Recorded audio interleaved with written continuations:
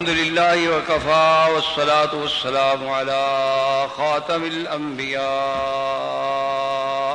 سيدنا محمد المصطفى وعلى آله المجتبى.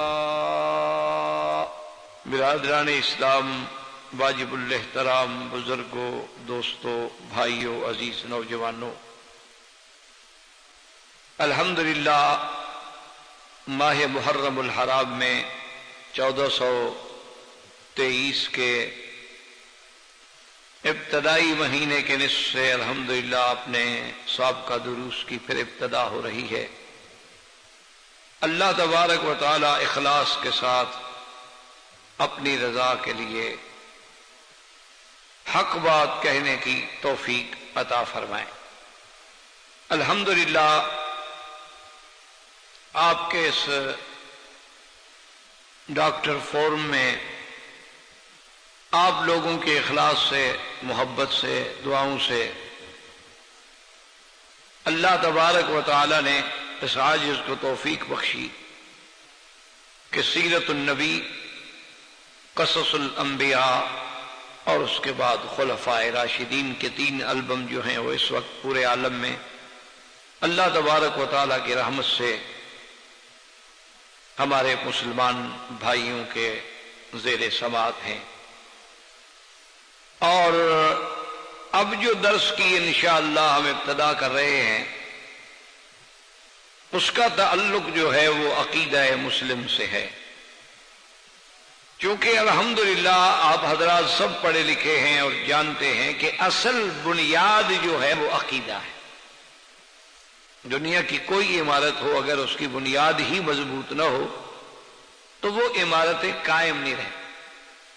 اسی لیے ایک مسلمان کے لیے، مومن کے لیے سب سے بڑی چیز اور اصل باعث نجات، باعث فلاح، باعث کامرانی دنیا و آخرت جو ہے وہ عقیدہ ہے.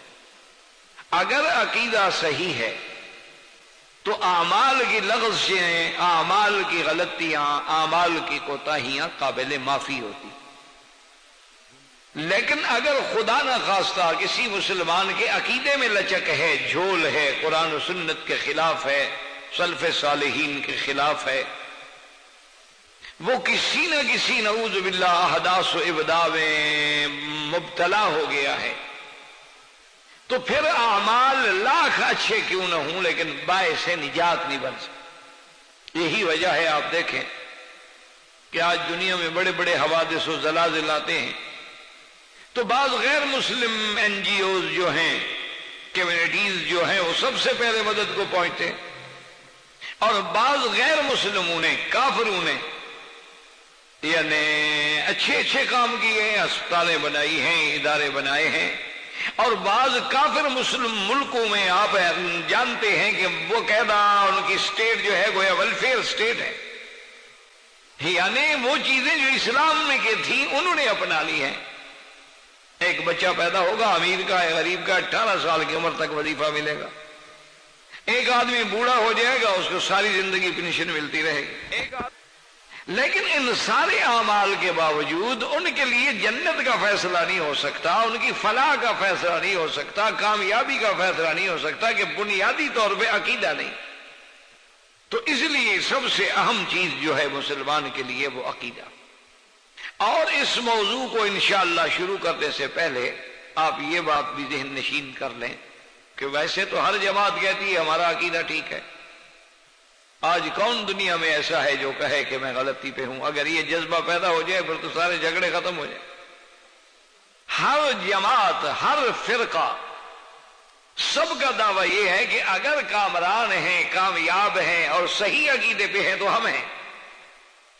یعنی آج دنیا میں آپ دیکھیں گے یہود ہیں، وہ کہیں گے ہم حق پہ ہیں، باقی تو انسانیت کا حقوق بھی نہیں رکھتے. سب سے اعلیٰ انسان بھی ہمیں اور سب سے نجات والا فرقہ بھی ہمیں اور اللہ کے محبوب بھی ہمیں.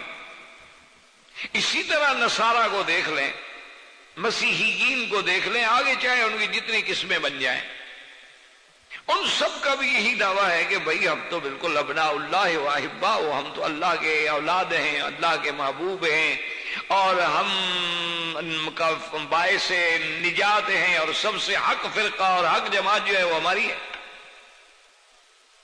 اسی طرح آپ ہندو مت میں آ جائیں، وہ بھی نعوذ باللہ یہ سمجھتے ہیں کہ ہم جو ہیں سب سے صحیح راستے پہ ہیں، ہمارے پاس وید ہیں، ہمارے پاس دیوی دیوتائیں ہیں، ہمارے پاس رامائن ہے، ہمارے پاس بڑی بڑی کتابیں ہیں، اور ہمارا دین جو ہے، ہمارا مذہب جو ہے وہی سچا ہے، باقی تو سب قابل گردن زدنی ہے۔ اور اسی لیے آج کے فتنوں کو سامنے رکھیں کہ سب سے زیادہ یہود اور ہنود جو ہے وہ مسلمانوں کو مٹا رہے ہیں۔ وجہ یہ ہے کہ وہ اپنے مذہب میں یہ سمجھتے ہیں کہ کسی اور کو زندہ رہنے کا حق ہی نہیں، ورنہ آپ پوری دنیا میں چلے جائیں، کفار تو ہر ملک میں ہے، لیکن کوئی کسی کی مسجد کو نہیں گرائے گا، کوئی کسی کی عبادت خانے کو نہیں گرائے گا۔ تو بہرحال میرے کہنے کا مقصد یہ تھا کہ دنیا میں بدھ مت ہیں جو بڑا قدیم مذہب ہے، اور آج تک ان کے آثار، ان کے مجسمے، یعنی آپ ویسے ملک بھی ہیں تھائی لینڈ وغیرہ میں اور دیگر ممالک میں کہ وہاں آپ بدھ کے مجسمے دیکھ کے حیران ہو جائیں، مندر دیکھ کے حیران ہو جائیں کہ کتنا خرچ کیا ہے۔ اور اسی طرح بہت پرانے دور میں، یعنی ہزاروں سال پہلے سے وہ بھی ایک مذہب اور اس کے پیروکار اپنے آپ کو حق پہ سمجھ۔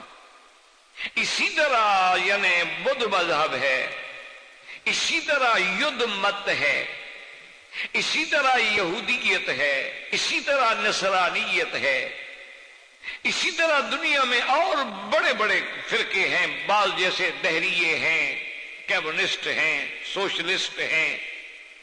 سب یہ سمجھتے ہیں کہ ٹھیک ہے، اب دیکھیں سوشلسٹ جو ہیں یعنی بالکل جو خدا کے وجود کے بھی منکر ہے، وہ کہتے ہیں نہیں جی ہم ٹھیک ہے، ہمارا تو بالکل 2 اور 2 4 کی طرح سیدھی سی بات ہے۔ اور اس کے بعد یہ حیرت کی بات ہے کہ مسلمان کہلانے والے سرکار دو عالم صلی اللہ علیہ وسلم کو امام نبی، امام الانبیاء ماننے والے، خاتم الانبیاء ماننے والے، بدقسمتی یہ ہے کہ ان کے اندر بھی اتنے فرقے پیدا ہو گئے۔ ان کے نام لیوا، حضور کے کلمے پڑھنے والے نام لیواؤں میں اتنے فرقے پیدا ہو گئے ہیں، کہیں روافض ہیں، کہیں خوارج ہیں، کہیں نواسب ہیں، کہیں عباضیہ ہیں، کہیں اسماعیلیہ ہیں، کہیں آغا خانیہ ہیں، کہیں قادیانیہ ہے۔ اتنے فرق پیدا ہو گئے، نعوذ باللہ ثم نعوذ باللہ، کے بے حد و شمار، اور سب کا دعویٰ یہ ہے کہ ہم حق پہ ہیں۔ تو اس لیے پہلے انشاءاللہ اس اہم موضوع کو سننے اور سمجھنے سے پہلے آپ دماغ میں رکھ لیں کہ دعویٰ کرنا تو بڑا آسان ہے، لیکن ہمیں سب سے پہلے 2 باتوں کا دماغ میں اگر رکھ لیں کہ بھی ہم جو عقیدہ کر رہے ہیں تو اس عقیدے کے بارے میں ہم نے پوچھنا کس سے ہے۔ دیکھو نا، مثلا میں بیمار ہوں، پہلے میں یہ تو فیصلہ کروں نا میں نے کس ڈاکٹر سے علاج کرانا ہے، میں نے کس ہسپتال میں جانا ہے۔ اگر میں یہ بھی طے نہیں کر سکا تو پھر تو ٹھیک ہے، بیمار سوچتے سوچتے مر جائے گا، یا مذبذب ہو گیا کہ کبھی ادھر کبھی ادھر، کبھی ادھر کبھی ادھر۔ جس نے دوائی دی ایک دن استعمال کی جی فائدہ نہیں ہوا، دوسرے کی شروع ہو گئی، ایک دن استعمال کی فائدہ نہیں ہوا، تیسرے کی شروع ہو گئی، ایک دن استعمال کی فائدہ نہیں ہوا، وہ تو میدا نہ رہا بلکہ دواؤں کا مستودع بن گیا۔ اب کوئی دوائی اس پہ کیا اثر کرے؟ تو اس لیے سب سے پہلے ہمارے دماغ میں، ہمارے اذہان میں، ہمارے افکار میں یہ بات بیٹھنی چاہیے کہ کیا ہم خدا کو مانتے ہیں کہ اللہ ہی ہمارا خالق ہے۔ ایک لوگ وہ بھی تو ہے نا جو خدا کو نہیں مانتے، ان کو الگ رکھتے، وہ تو خدا کے قائل ہی نہیں ہو، کہتے کوئی خدا نہیں۔ ہزاروں سال گزر گئے، ہمیں آج تک نظر نہیں آیا، تو خدا کہاں ہے؟ وہ کہتے ہیں دیکھو جی عجیب بات ہے، یہ لوگوں نے خواہ ہمارے لیے ایک پرابلم بنائی ہوئی ہے، بلڈنگ ہم بناتے ہیں، پھول ہم لگاتے ہیں، گندم ہم اگاتے ہیں، فصلیں ہم اگاتے ہیں، ٹریکٹر ہم چلاتے ہیں، اللہ نے پیدا کی ہے، اللہ بھی تو آئے نہیں۔ وہ ایک الگ ہے، ان کو تو آپ رہنے، ان کا انشاءاللہ الگ موضوع ہے۔ لیکن جو لوگ خدا کو ماننے والے ہیں، جن کا عقیدہ ہے کہ خدا ہے، اور جن کا عقیدہ یہ ہے کہ خدا ہی نے ہمیں پیدا کیا، اللہ نے ہمیں پیدا کیا، اللہ ہی ہمارا خالق مالک ہے، تو اب ان کے لیے لازمی بات ہے کہ وہ تو پھر اللہ سے ہی پوچھیں گے نا، جو بنانے والا ہے، جس نے ہمیں پیدا کیا، کہ جی اس نے ہمیں کیوں بنایا۔ دیکھو نا، اب ایک چیز بن رہی تھی ابھی راستے میں، تو میں ڈاکٹر صاحب سے پوچھ رہا تھا کہ یہ سی ڈی لگا رہے ہیں، انہوں نے کہا نہیں یہ تو اندر فلاں چیز بن رہی۔ تو اگر کوئی چیز ہمارے سامنے بنے گی تو ہم پوچھیں گے کہ جی یہ کیا ہے، ہوگا جی مارکیٹ ہے۔ بھائی یہ کیا بنایا؟ انہوں نے کہا جناب یہ مسجد ہے۔ بھائی یہ ساتھ میں کیا ہے؟ انہوں نے کہا جناب یہ پارکنگ ہے۔ تو ہر چیز کا کوئی مقصد تو ہے نا۔ تو اگر اللہ تبارک و تعالیٰ کو ہم مانتے ہیں، ہم یہ مانتے ہیں کہ اللہ نے ہی اس کائنات کو پیدا کیا ہے اور ہمیں پیدا کیا ہے اور ساری مخلوق کو پیدا کیا ہے، تو پھر لازماً یہ فطری طور پہ ہمیں بغیر کسی دقت کے ماننا ہوگا کہ پھر ہمیں اسی سے ہی پوچھنا ہوگا کہ اس نے ہمیں کیوں پیدا کیا اور کن باتوں سے وہ راضی ہے، کن باتوں سے وہ ناراض ہوگا، اور اس نے ہمیں اپنے بارے میں عقیدہ رکھنے کی کیا ہدایت۔ یہ لازمی بات، فطری بات، اس کا کوئی انکار ہی نہیں کر سکتا۔ ہاں ایک آدمی خدا کو نہیں مانتا، وہ اللہ کی ذات کا ہی قائل نہیں ہے۔ اچھا بعض لوگ ہوتے ہیں کہ مانتے تو ہیں لیکن انکار کرتے ہیں انادن، یعنی بطور اناد انکار کر دیتے ہیں۔ جیسے آپ سے کسی کا جھگڑا ہو، کوئی آدمی اس سے پوچھے کہ جی آپ کی ان کے بارے میں کیا ہے، اور نہیں بس ٹھیک ہے، حالانکہ وہ اندر مانتا ہے کہ یہ آدمی اچھا ہے، اچھا ڈاکٹر ہے، سمجھدار ہے، ماشاءاللہ بڑا انٹیلیجنٹ، لیکن ضد ہے۔ جیسے فرعون جانتا تھا کہ خدا ہے، یہ نہیں کہ وہ نہیں جانتا تھا کہ خدا نہیں ہے، اسی لیے تو کہا انا ربکم الاعلی، یعنی رب کا تو وہ بھی قائل ہے، اور اسی لیے فوراً کہا آمنت برب موسیٰ و ہارون۔ جانتا ہی نہیں رب موسیٰ کو تو کیسے مان رہا ہے؟ وہ جانتا تھا۔ اسی طرح قارون ہے، نمرود ہے، ابی جہل ہے، سب لوگ جانتے تھے۔ تو میرے کہنے کا مقصد یہ ہے کہ سب سے پہلے عقیدے کے بارے میں آپ یہ سمجھیں کہ اگر ہم نے خدا کو مانا ہے، اللہ کو ہم نے مانا ہے، تو پھر اس کی رضا کی بات بھی اسی سے پوچھنی ہے، اور اللہ نے یہ کائنات، یہ نظام عالم جو بنایا ہے، یہ کیوں بنایا ہے، یہ بھی اسی سے پوچھنا ہے۔ اچھا اللہ سے پوچھنے کا طریقہ کیا ہوگا؟ ہم براہ راست تو بات کر نہیں سکتے، نہ کوئی انسان خدا کو دیکھ سکتا ہے۔ ہاں قیامت میں تو اللہ توفیق دیں گے کہ ہر مسلمان کو اللہ کی رحمت سے اللہ کی زیارت ہوگی۔ حضور صلی اللہ علیہ وسلم کی صحیح حدیث مبارک میں ہے، آپ نے فرمایا صحابہ سے، 14ویں کا چاند کھلا ہوا تھا، فرمایا کہ اس کے اندر کوئی شبہ ہے؟ انہوں نے کہا یا رسول اللہ 14ویں کے چاند میں کیا شبہ ہو سکتا ہے؟ پہلی کے چاند میں تو شبہ ہو سکتا ہے، کسی کو نظر آیا کسی کو نظر نہ آیا، باریک ہوتا ہے۔ 14ویں کا چاند تو ہر آدمی کو، بوڑھوں کو بھی نظر آ جاتا ہے۔ تو آپ نے فرمایا انکم سترون ربکم، تم بھی قیامت میں اپنے رب کو دیکھو گے، ولا تضامون فی رؤیتہ، اور اللہ کی رؤیت میں تمہیں کوئی شبہ نہیں ہوگا، یعنی حقیقی زیارت ہو، بالکل سچی صحیح زیارت۔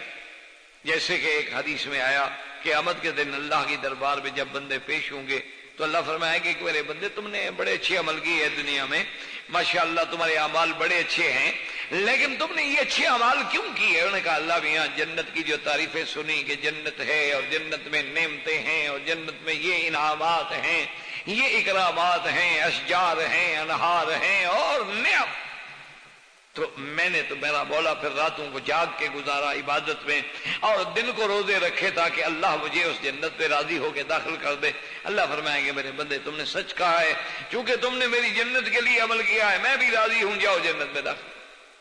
اب دوسری جب آدمی آئے گا اللہ فرمائے گا کہ آپ نے بھی بڑی محنت کی، بڑے اعمال کیے ہیں، کیوں کیے؟ انہوں نے کہا اللہ میاں میں نے جب جہنم کے بارے میں پڑھا نا کہ جہنم میں یہ اغلال ہیں، جہنم میں نعوذ باللہ ایسا پانی ہوگا کھولتا ہوا، جہنم کے ایسے طبقات ہیں، جہنم اتنی گہری ہوگی، جہنم میں ایسے طبقات و درکات ہوں گے، اللہ میاں پھر میں تو جہنم کے خوف سے راتوں کو سویا نہیں اور دن کو میں ہمیشہ بھوکا رہا، روزے رکھے ہیں۔ اللہ فرمائے کہ ٹھیک ہے میرے بندے تم نے بھی اچھی بات ہے، جہنم کے خوف سے، میرے عقاب کے خوف سے عمل کیا ہے، جاؤ تم بھی جنت میں داخل ہو جاؤ، اپنے فضل سے میں تمہیں بھی جنت دے۔ اب تیسرا ہے اللہ تبارک و تعالیٰ فرمائیں گے کہ بماذا عملتا، تم نے کیوں عمل کیا اچھے؟ انہوں نے کہا یا اللہ حبا الیک و شوقا الیک، میرا اللہ نہ تو مجھے جنت کی طرف توجہ تھی نہ جہنم کا خوف تھا، مجھے تو تیری محبت تھی اور تیری رضا، میں نے تو صرف تیری محبت میں اور تیری رضا حاصل کرنے کے لیے جو کچھ کیا ہے کیا ہے۔ تو حدیث میں آتا ہے اللہ فرمائیں گے میرے بندے تم نے سچ کہا ہے، اور اللہ پھر اپنے حجاب کو ہٹا کے ان کو زیارت کرائیں گے، اور اس کے بعد وہ جنت میں داخل ہوگا، کیونکہ اللہ کی زیارت سے بڑی چیز بڑی نعمت کیا ہو سکتی۔ تو اس لیے ہمیشہ اصولی سی بات ہے کہ اللہ سے ہم براہ راست بات نہیں کر سکتے، اللہ تبارک و تعالیٰ کی ہمیں رؤیت نہیں ہو سکتی، تو اب ہم کیسے پوچھیں گے؟ تو اس لیے ہمیشہ یاد رکھیں کہ اس نظام عالم کو بنا کر، اس نظام دنیا کو قائم کرنے کے بعد، یہاں اپنی مخلوق بھیجنے کے بعد، اللہ تبارک و تعالیٰ نے اپنی رضا بتلانے کے لیے، اپنے فرامین کے حیثیت کے لیے اللہ نے انبیاء کو بھیجا، پیغمبروں کو بھیجا، اور وہ سلسلہ نبوت حضرت آدم سے شروع ہوا، اور سلسلہ رسالت حضرت نوح علیہ السلام سے شروع ہوا، اور ختم ہوا سیدنا محمد الرسول اللہ صلی اللہ علیہ وعلا آلہ واصحابہ وسلم پر۔ یہ سارے پیغمبر کیوں آئے؟ اسی لیے تو آئے کہ ہمیں بتائیں، کیونکہ پیغمبروں کا تعلق جو ہے وہ اللہ کے وحی کے ساتھ ہوتا، اللہ تبارک و تعالیٰ ان پہ وحی بھیجتے ہیں، اور اللہ تبارک و تعالیٰ انہیں مامور فرماتے ہیں، اللہ کی طرف سے وہ رسول بن کے آتے ہیں، اللہ کا پیغام لاتے ہیں، اور اللہ کے احکام کو پہنچانے کے پابند ہوتے ہیں، اور اللہ کے پیغمبر پھر امتوں کو دعوت دیتے ہیں اور بتاتے ہیں کہ خدا کیا چاہتا۔ اسی لیے یہ سلسلہ قائم کیا گیا کہ اللہ نے کتابیں بھیجی، اللہ نے پیغمبر بھیجے۔ اب کتاب لانے والا پیغمبر کے پاس کون ہے؟ فرشتے بھیجے گئے۔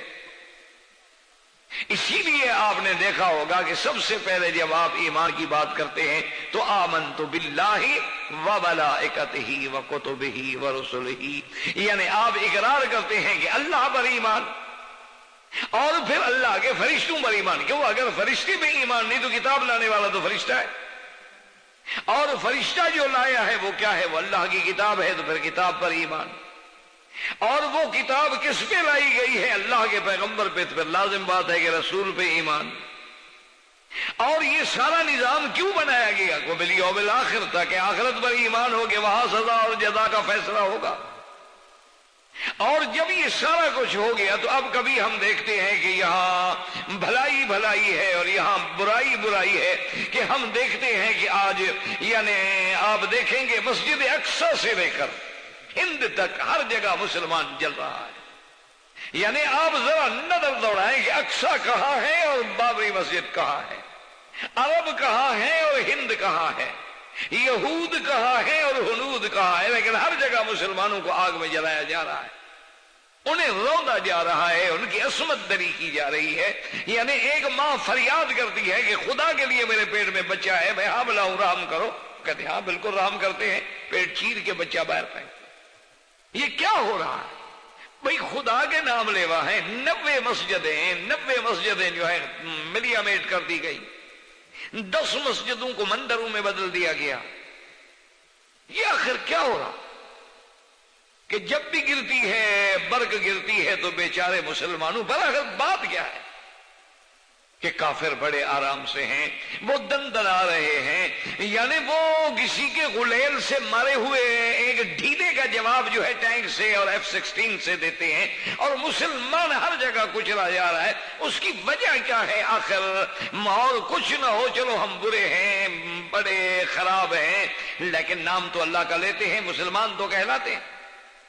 تو اسی لیے اب آپ عقیدے کے پہلے لفظ پہ آ جائیں کہ نؤمن بالقدر خیرہ و شرہ، نؤمن بالقدر خیرہ و شرہ من اللہ تعالی، اللہ ہمارا تیری تقدیر پہ ایمان ہے، خیر بھی تو بھیجتا ہے اور شر بھی تیری طرف سے آتا ہے، لیکن ادب کا تقاضا ہے کہ خیر تیری طرف منسوب کریں گے، شر کی نسبت تیری طرف نہیں کریں گے، ورنہ ہر چیز تو تیری طرف سے۔ اور یہی وہ ادب ہے جیسے کہ ابراہیم علیہ السلام نے، اللہ کے قرآن میں ہے، انہوں نے کہا کہ مجھے وہی کھلاتا ہے، وہی پلاتا ہے، لیکن جب بیماری کا ذکر ہے کہا فَإِذَا مَرِضْتُ فَهُوَ يَشْفِينِ، اور جب میں بیمار ہوتا ہوں وہ شفا دیتے ہیں، یعنی بیماری اپنی طرف نسبت کی، حالانکہ بیماری بھی تو اللہ دیتے ہیں، لیکن طریق ادب یہی ہے.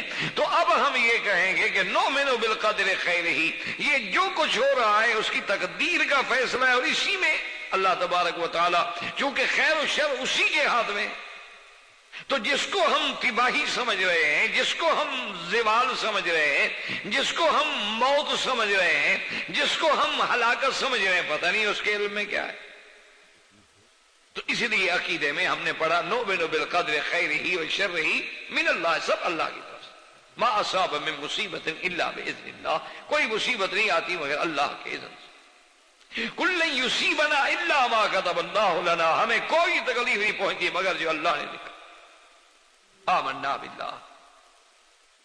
تو اب اگر دنیا میں بھی یہ ہو کہ کفر دندلاتا رہے، مسلمان ضعیف رہے، تو آخر فیصلہ کب ہوگا؟ فرمایا والبعث بعد الموت، کہ جب دوبارہ اٹھائے جاؤ گے. اصل یہ دنیا تو بالکل دار العمل ہے، یہ تو شے کوئی نہیں، اصل تو دار الجزا ہے، یہ تو چند روزہ دنیا ہے. اسی لیے ایک حدیث مبارک میں آتا ہے کہ اللہ کے ہاں اس دنیا کی قدر و منزلت قدر جناح بعوضۃ، ایک مچھر کے پر کے برابر بھی ہوتی. لما سقا منہا، تو کافر کو تو ایک شربت ماء، ایک پانی کا گھونٹ بھی اللہ نہ دے دے، دشمن کو کون دیتا ہے؟ لیکن چونکہ اللہ کے ہاں یہ چیز ذلیل ہے، ہمارے نزدیک چونکہ بڑی اہمیت رکھتی ہے، اس لیے ہم پریشان ہوتے ہیں. تو اس لیے ہمیشہ ایک ذہن میں بات رکھ لیں کہ جب بھی عقیدہ مسلم کی بات ہوگی، عقیدہ اسلام کی بات ہوگی، جب بھی عقیدہ صحیح کی بات ہوگی، تو سب سے پہلی بات یہ یاد رکھیں کہ اس کا ہمارے لیے ہوگا، ہمارے لیے دلیل کیا ہوگی، مستند کیا ہوگا، یا اللہ کا قرآن ہوگا یا فرمان محمد مصطفیٰ صلی اللہ علیہ وسلم. ہمارا اصل مرجع جو ہے، ویسے علماء کے نزدیک 4 مراجع ہوتے ہیں جن کا ذکر کتابوں میں کیا جاتا ہے، کہ ایک مرجع جو ہے کتاب اللہ، اور دوسرا ہے سنت رسول اللہ صلی اللہ علیہ وسلم، اور تیسرا ہے اجماع امت، اور چوتھا ہے قیاس. لیکن اگر دیکھا جائے تو اجماع امت کا تعلق اور قیاس کا تعلق بھی کتاب اللہ اور سنت رسول اللہ. قیاس کا کیا معنی ہوتا ہے کہ قرآن و سنت کی کوئی مثال دیکھ کر اس پر اس کو منطبق کرنا، قیاس کرنا، کہ بھئی ہمارے پاس مسئلہ تو ہے نہیں لیکن اسی قسم کا ایک مسئلہ پہلے موجود ہے، تو یہ بھی ہے تو اسی طرح کا، تو لہذا اسی پہ قیاس کر دیا گیا. جیسے مثلا مسلمانوں کے سامنے ایک بات آ گئی کہ بھی کسی آدمی کا خون جو ہے دوسرے آدمی کو لگا دیں، کیا جائز ہے؟ وہ اس کا خون ہے، یہ اس کا خون ہے. یہ تو ہماری علمی تحقیق ہے کہ بلڈ ملتا ہے، گروپ ملتا ہے، فلاں ملتا ہے. معنی یہ ہے کہ کیا کسی انسان کا کسی دوسرے انسان کو خون لگا دینا، یا یوں سمجھیں ایک اور ذرا آسان سمجھ لیں کہ کسی عورت کو کسی مرد کا خون لگا دینا، عورت اور ہے مرد اور ہے، اجنبی ہے، لیکن اس کو ہم خون دے رہے ہیں. اچھا اتفاق سے کسی عورت کا گروپ مل گیا، اس کا بلڈ لے کے مجھے دے رہے ہیں، وہ اجنبی ہے، میں اجنبی ہوں. تو اب یہ خون لینا جو ہے، اس کا ٹرانسفر کرنا جو ہے، تو یہ سرکار کے زمانے میں یا خلفائے راشدین کے زمانے میں تو تھا ہی نہیں. تو اب جب علماء کے سامنے یہ مسئلہ آئے گا تو وہ بیچارے کہاں سے تلاش کریں گے؟ اسی لیے بعض لوگ غصے میں آ کے کہہ دیتے ہیں او جی قیاس حنفیوں نے قیاس لگا رکھا ہے. سب سے پہلے قیاس تو ابلیس نے کیا تھا. سب سے پہلے قیاس جو ہے وہ تو ابلیس نے کیا تھا، کہ جس نے کہا کہ جی آپ نے اس کو مٹی سے پیدا کیا ہے اور مجھے آپ نے آگ سے پیدا کیا ہے. آگ مٹی سے زیادہ بہتر ہوتی ہے، مٹی مٹیالی ہوتی ہے، آگ روشن ہوتی ہے، آگ ذریعہ حیات ہے، علامت حیات ہے، اور مٹی جو ہے وہ برودت والی چیز ہے، علامت موت ہے، تو میں اس کو کیوں؟ تو اس نے قیاس لڑایا تھا. تو اس لیے وہ کہتے ہیں یہ قیاس جو فقہی لوگ کرتے ہیں، فقہ والے، یہ تو بالکل نعوذ باللہ سب سے پہلے ابلیس نے کیا تھا. لیکن میرے عزیز، ابلیس کی بات اس لیے مردود تھی کہ وہ قرآن کے مقابلے پہ قیاس تھا، اللہ کے حکم کے مقابلے پہ قیاس تھا. اللہ نے حکم دیا کہ سجدہ کرو، بس، پھر قیاس کا کیا مطلب؟ بات کو سمجھے. ایک بات دماغ میں الجھا دی جاتی ہے. دیکھو جی ابلیس نے بھی یہی کیا تھا کہ انا خیر، یہ بھی یہی کرتے ہیں فقہ والے. کہ یہ مسئلہ یوں ہے اور یہ مسئلہ یوں ہے اور یہ مسئلہ یوں ہے، تو اس میں یہ دلیلیں نکالتے ہیں اور پھر قیاس لے آتے ہیں اور استحسان لے آتے ہیں اور اللہ کے نبی کی ظاہر حدیث کو چھوڑ کے اپنی طرف سے باتیں بناتے ہیں. یہ سب سے پہلے. لیکن بات یہ ہے کہ وہاں حکم صریح ہے. اللہ نے حکم دیا تھا کہ اذا سویتہ ونفخت فیہ من روحی فقعوا لہ ساجدین، جب میں آدم علیہ السلام میں روح پھونک دوں سجدے میں گر جاؤ. اس لیے اللہ دوسرے مقام پہ فرماتے ہیں کہ قال یا ابلیس ما منعک ان تسجد، تمہیں کسی نے منع کیا ہے جبکہ میں نے امرتک، تمہیں حکم دیا ہے. تو حکم کے مقابلے پر یاد رکھو جب حکم قرآن میں آ جائے یا حکم فرمانے رسول میں آ جائے تو وہاں قیاس نہیں ہوتا، وہ تو حکم ہے، نص موجود ہے، بات ختم ہو گئی. قیاس تو وہاں کیا جاتا ہے کہ جہاں قرآن میں ہمیں مسئلہ نہ ملے، حدیث رسول عربی صلی اللہ علیہ وسلم میں مسئلہ نہ ملے اور مسئلہ پیش آ جائے کہ بلڈ دینا ہے، اور آج کل بلڈ دینا جو ہے وہ اتنا ضروری ہو گیا کہ کوئی آپریشن نہیں ہو سکتا، کسی کی زندگی نعوذ باللہ بظاہر اسباب کی حد تک یعنی بچانے کے لیے جد و جہد بھی نہیں کی جا سکتی. تو اب کیا کریں گے؟ تو علماء نے اس کو قیاس کیا دودھ پر کہ اگر ایک ماں دوسرے کے بچے کو دودھ پلا سکتی ہے اور دودھ بھی اس کے معدے میں اور عروق میں جانے کے بعد خون ہی بنتا ہے تو اس کا معنی یہ ہے کہ پھر خون بھی دیا جا سکتا ہے. اگر دودھ دیا جا سکتا ہے تو پھر خون بھی دیا جا سکتا ہے. تو انہوں نے قیاس کیا. یہ ہوتا ہے قیاس. جیسے کہ سیدنا عمر رضی اللہ تعالی عنہ نے فرمایا کہ بھئی حضور کے زمانے میں تو اور بات تھی کہ پہلے تو لوگ گناہ کرتے ہی نہیں تھے نا جی. اگر کبھی کسی سے کوئی غلطی ہو گئی، کسی نے کوئی شراب پی لی، نشے میں آ گیا بیچارہ، تو وہ پکڑا گیا تو جی 40 بیت مار دو. اچھا وہ بیت بھی کیا ہوتے تھے کہ ایسے بس ایسا ایسا مار دو. اچھا کوئی آدمی تو ایسے رومال کو ایسے لپیٹ کے بیت بنا کے مار دیتا تھا.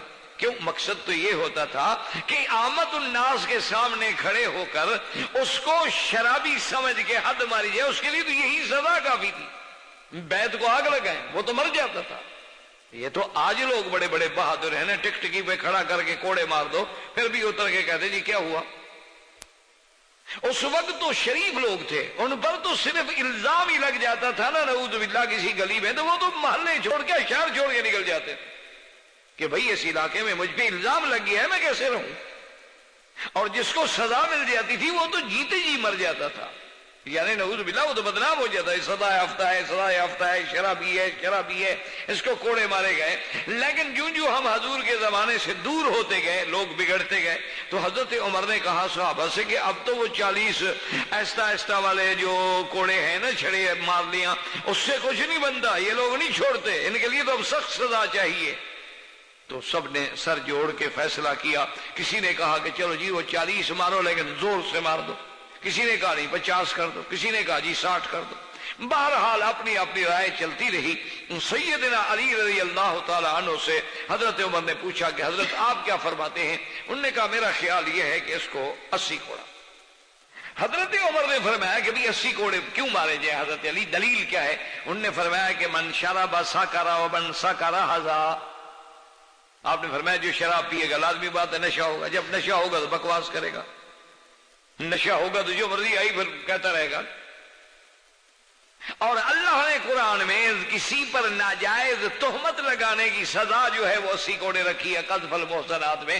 تو یہ بھی تو جب نشے میں ہوگا جو مرضی ہے کہتا رہے گا، کسی کو ماں، کسی کی بہن، کسی کو سب شروع کر دے گا. تو اس کو اسی سزا پر ہم اندازہ کر لیتے ہیں. تو اس کا معنی یہ تھا کہ اس سزا پر قیاس کیا کہ جو آدمی ناحق تہمتیں لگا رہا ہے وہ بھی تو عقل والی بات نہیں کر رہا نا، اور شرابی جب عقل میں نہیں ہوگا تو وہ بھی تو وہی باتیں کرتا ہے. اس لیے ہمیشہ یاد رکھیں ایک ہوتا ہے قیاس نص کے مقابلے پہ، نعوذ باللہ وہ کون جائز سمجھتا ہے؟ جب قرآن میں نص ہے، یہ حدیث مبارک میں نص ہے، اللہ کے نبی نے واضح کر دیا، تو پھر کسی کو قیاس کی کہتا کرے، پھر اس پہ اجماع کرنے کی کیا ضرورت ہے؟ اجماع بھی تب ہوتا ہے یاد رکھو کہ ایک مسئلے کی اصل تو موجود ہے لیکن اس کی وہی ترتیب موجود نہیں. جیسے کہ حضرت عمر نے دیکھا کہ لوگ تراویح پڑھ رہے ہیں رمضان میں، تراویح تو حضور نے بھی پڑھائی 3 رات، تو مانا ہے کہ تراویح پڑھانا تو سنت ہے، ثابت ہو گیا. کہ حضور پاک نے پڑھائی، اور پھر چوتھی رات حضور تشریف نہ لائے، اس کی بھی وجہ دی، حضور نے فرمایا کہ اگر میں آ جاتا تو اللہ ہمیشہ کے لیے میری امت کے لیے فرض کر دیتے تو پھر میری امت کے لیے مشکل ہو جاتی، تو ورنہ اس کا پڑھنا تو حضور سے ثابت ہو گیا۔ اب حضرت عمر نے صرف یہ دیکھا کہ بھی کوئی آدمی ادھر کھڑا ہے، کوئی ادھر کھڑا ہے، کوئی ادھر کھڑا ہے، انہوں نے فرمایا کہ لو جماعتہم علی قاری واحد، کہ اگر میں ان کو ایک قاری کے پیچھے کھڑے کر دوں تو سبحان اللہ جماعت بھی بڑی ہو جائے گی اور سارے قرآن پاک کو بھی سنیں گے۔ تو حضرت نے حکم دیا کہ ابی ابن کعب جو اقرا تھے صحابہ میں، وہ امام بنے، وہ تراویح بنائے اور سب کٹھے ہو جائیں۔ اچھا، سب صحابہ نے حضرت عمر کی بات کو مان لیا، کسی نے اعتراض نہ کیا، تو خلیفہ راشد کی سنت بھی ہو گئی اور اجماع بھی ہو۔ تو اس لیے ہمیشہ یاد رکھیں کہ اصل بنیاد کیا ہے؟ کتاب اللہ اور سنت رسول صلی اللہ علیہ وسلم، اور پھر تیسرا درجہ کیا ہے؟ اجماع، اور چوتھا درجہ کیا ہے؟ قیاس۔ لیکن اجماع و قیاس بھی پھر کتاب و سنت کی طرف لوٹ آئیں گے، تو لہذا مرجع کیا رہے گا؟ قرآن رہے گا یا فرمان رسول عربی رہے گا صلی اللہ علیہ وسلم۔ اچھا، اب اسی طرح ایک اور بات سمجھ لیں کہ بعض چیزیں ہیں کہ روایت تو ملتی ہے ہمیں حضور صلی اللہ علیہ وسلم، لیکن وہ خبر واحد ہے، یعنی ایک صحابی نے خبر عطا فرمائی، وہ بھی ہمارے لیے آنکھوں پر تو حدیث رسول ہے، لیکن ایک حدیث مبارک ہے جو بالکل متواتر ہے، تواتر ہے، یعنی ماشاءاللہ اس صحابی نے بھی روایت کی، اس نے بھی روایت کی، اس نے بھی روایت کی، اس نے بھی روایت کی، پھر تواتر چلا آ رہا ہے ماشاءاللہ۔ تو اس لیے اب دونوں میں تھوڑا سا فرق ہو جائے گا کہ وہ جو ہے تواتر سے متواتر ثابت ہے یا قرآن کی آیت سے، وہ تو قطعیات کہلائیں گے، یقینیات اور قطعیات، کہ بھئی یہ حکم تو یقینی قطعی، بس اس میں تو کوئی زبر زیر بھی اونچی نیچی نہیں کر سکتا۔ اور اگر متواتر کے درجے پہ نہیں پہنچی اور نص میں ہمیں کوئی چیز نہیں ملی تو پھر وہ ظنیات میں آئے گی، ظنیات پر بھی عمل ہوتا ہے، یاد رکھیں، یہ نہ ہو کہ ہر ظن جو ہے نعوذ باللہ باطل ہوتا ہے، کبھی تو ظن بمانے یقین بھی ہوتا ہے، جیسے اللہ فرماتے ہیں وَأَنَّهُمْ يَظُنُّونَ أَنَّهُمْ مُلَاقُو رَبِّهِمْ، ان کو یقین تھا کہ ہم نے رب کو ملنا ہے، إِنِّي ظَنَنْتُ أَنِّي مُلَاقٍ حِسَابِيَهْ، کہ مجھے یقین تھا کہ مجھے رب کے پاس جانا ہے لفظ ظن لیکن یقین کے معنی میں، اور کبھی ظن کے معنی ہوتا ہے، جیسے اللہ نے فرمایا کہ یہ کافر لوگ جو ہیں کیا کرتے ہیں، ان کے پاس کوئی دلیل تو ہے نہیں، انہوں نے تو خود نام رکھے ان یتبعون الا الظن وما تهوى الانفس، اور دوسری جگہ فرمایا یتبعون الا الظن وان الظن لا یغنی من الحق شیئا، یہ لوگ تو محض اپنے تخیلات توہمات پہ پیچھے لگے ہوئے ہیں، اور اس قسم کے تخیلات توہمات جو ہے وہ تو کوئی فائدہ نہیں پہنچا۔ تو اس لیے یہ ظن الگ ہے، ایک وہ ظن ہے کہ ہمیں جیسے ہم نماز میں بھول گئے تو ظن پہ عمل کریں گے، ہم راستے میں جا رہے تھے کعبہ شریف نہیں ملا، اندھیری رات ہے سمجھ نہیں آ رہا، تو ظن غالب پہ عمل کریں گے۔ تو اس لیے ہمیشہ یاد رکھیں، تو اب جو بات اور جو بحث اور جو چیز ہم الحمدللہ اپنے دروس کی ابتدا کرنے والے ہیں یعنی عقیدے کی، تو اس کے ثبوت کے لیے لازمی بات یہ ہے کہ نص ہوگا اور یہ حدیث متواتر قطعی ہوگی، قطعی ثبوت ہوگی، جس کے اندر کسی قسم کی کوئی بات کا احتمال نہیں ہوگا۔ عقیدہ ایسی بات نہیں ہوتی کہ ضعیف روایت بھی بندہ پیش کر دے، تو جب ضعیف روایت عقیدے میں پیش نہیں کر سکتا تو پھر یہ کہے کہ بزرگوں نے فرمایا ہے، تو اس سے عقیدے ثابت نہیں ہوتے۔ یہی وہ بنیاد ہے، وہ دھوکہ ہے جس میں اللہ تبارک و تعالی مسلمانوں پہ رحمت فرمائے کہ آج دنیا میں کلمہ پڑھنے والے جو ہیں وہ شرک میں مبتلا ہیں، وہ بدعات میں مبتلا ہیں، اور سمجھتے یہ ہیں کہ ہم مسلمان ہیں، جیسے کہ اللہ نے فرمایا وما یؤمن اکثرهم باللہ الا وهم مشرکون، کہ دعویٰ ایمان کا ہے لیکن مشرک۔ تو اس لیے ایک بات کو یہ رکھیں، سب سے پہلے چونکہ ہمیں پیدا ہی اللہ نے کیا ہے تو پوچھنا اللہ سے، اللہ نے کن کو بھیجا ہے؟ پیغمبروں کو۔ اللہ نے ان کے ساتھ کیا بھیجا ہے؟ کتاب کو۔ تو اب جب عقیدے کی بات ہوگی یا تو اللہ کے قرآن کی نص ہوگی یا فرمان رسول عربی صلی اللہ علیہ وسلم، وہ حدیث مبارک جو متواتر ہے اور قطعی الثبوت ہے اور قطعی الدلالت ہے، ورنہ تو ہر حدیث ہمارے آنکھوں پر، جیسے کہ محدثین ضعیف حدیث کو بھی فضائل اعمال میں لے لیتے ہیں، لیکن فضائل اعمال الگ چیز ہے اور اس بات عقیدہ الگ چیز۔ تو ایک تو ان چیزوں کو ذہن میں رکھ لیں، اور دوسری بات یہ یاد رکھ لیں کہ سب سے جو مسئلہ ہے بڑا، وہ تو سارے قرآن کو آپ پڑھ جائیں نا انشاءاللہ، اللہ پڑھنے کی توفیق دے، غور و فکر کی توفیق دے، ترجمے کے ساتھ پڑھنے سمجھنے کی توفیق دے، آپ دیکھیں گے کہ سارے قرآن میں الف سے لے کر یہ تک جو ہے صرف 3 مسائل، سارے قرآن پاک پہ جب آپ نظر ڈالیں گے، سارے قرآن کی تفاسیر پہ آپ نظر ڈالیں گے تو ان کو کہتے ہیں مسائل مہمہ، یعنی بڑے اہم مسئلے۔ اچھا، اسی کو بعض علماء کے اصطلاح میں یہ بھی کہتے ہیں الایمان بالثلاثیات، کہ بھی وہ 3 مسئلوں پر ایمان لانا، اور بعض علماء اپنی اصطلاح میں اسی کو الاصول الثلاثہ بھی کہتے ہیں، کہ وہ 3 جو بنیاد ہیں، اصول ہیں۔ تو ہمیشہ یاد رکھیں کہ قرآن میں یہ 3 مسئلے، آپ ان 3 میں سب سے پہلا کیا ہے؟ الہیات، مانا توحید۔ اب جب توحید کا بیان ہوگا، لازمی بات ہے کہ توحید کی ساری قسمیں آ جائیں گی۔ اب جب توحید کا بیان ہوگا، صاف بات ہے کہ شرک کی نفی ہو جائے گی۔ اب جب توحید کا بیان ہوگا تو صاف بات ہے کہ اس میں دلائل ہوں گے۔ اب جب توحید کا بیان ہوگا، جہاں شرک کی نفی ہوگی تو اس پر دلائل ہوں گے۔ تو ایک تو مسئلہ سارے قرآن میں، ابھی آپ ذرا اگر آپ کو اللہ نے پڑھنے کی توفیق دے نظر دوڑائیں کہ سب سے بڑا مسئلہ جو ہے وہ الہیات، توحید، اور اسی مسئلہ توحید کی اہمیت کو دیکھیں کہ سرکار دو عالم سیدنا محمد الرسول اللہ صلی اللہ علیہ وسلم کو 40 سال کے بعد نبوت ملی، اور 53 سال کی عمر میں آپ نے ہجرت فرمائی۔ 13 سال تک مکہ مکرمہ میں کوئی شریعت کا حکم نہیں آیا ما سوا توحید، تمام شریعت جو ہے وہ مدینہ منورہ میں آئی۔ آخری 10 سالوں تمام شریعت کے احکام، شرائع، فرائض، حدود، قصاص، احکام، نکاح، طلاق، نماز، روزہ، حج، سب مدینے۔ 13 سال تک حضور پاک نے صرف ایک بنیادی مسئلوں پہ زور دیا۔ تو مسئلہ توحید کی اہمیت کا اسی سے آپ اندازہ لگا۔